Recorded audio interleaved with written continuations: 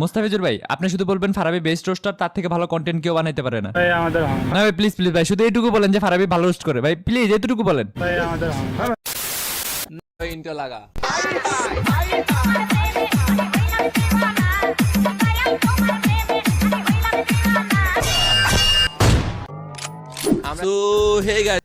আপনারা ইন্ট্রো দেখে প্রথমে ভুল করতে পারেন যে আপনি কোনো রোস্ট ভিডিওতে ক্লিক করেছেন নাকি কোনো বান্ডারি গান বা ডিজে গানের ডান্সিং ভিডিওতে ক্লিক করেছেন। নাও কাম টু দ্য পয়েন্ট, যেটা বলার জন্য এই ভিডিওটা বানাচ্ছি। আপনারা দেখে অনেকেই সব আলতু ফালতু কাজ করে ফেমাস হওয়া সস্তা সেলিব্রিটিদের কি আরে বলুন কি সস্তা সেলিব্রিটিদের তোর মাথা নষ্ট। আবে জলদি বল, কাল সুবহ পনভেল নিকলনা है।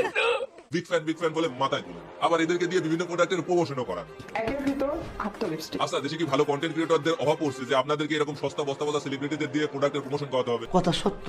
আপনারা কি বুঝতে পারেন না, সব সস্তা বস্তা টিকটক সেলিব্রিটিদের দিয়ে প্রমোশন করলে আপনাদের ব্র্যান্ডের ভ্যালু নষ্ট হয়?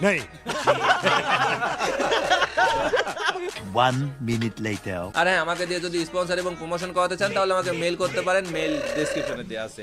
सही खेल गया bench. I got broads in Atlanta, just to lean the family, credit cards and the scammers. ভাই শেষরামির একটা লিমিট আছে, এটা কোন লেভেলের শেষরা ভাই? সঠিক বলেছেন।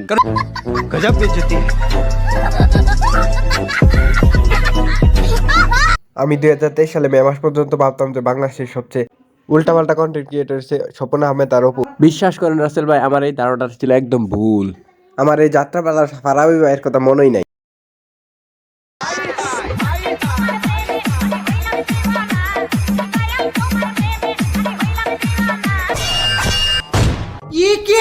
আপনারাই বলেন, মাথার এরকম চুল আর কপালে গামছা, তার কোন দিক দিয়ে কন্টেন্ট ক্রিয়েটর মনে হয় ভাই? আবার ও নাকি রোস্টার। হ্যাঁ ভাই, সে হলো রোস্টার।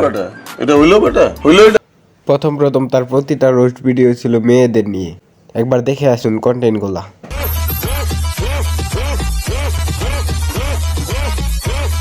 আর ট্রেন্ডিং টপিক হলে তো কথাই না।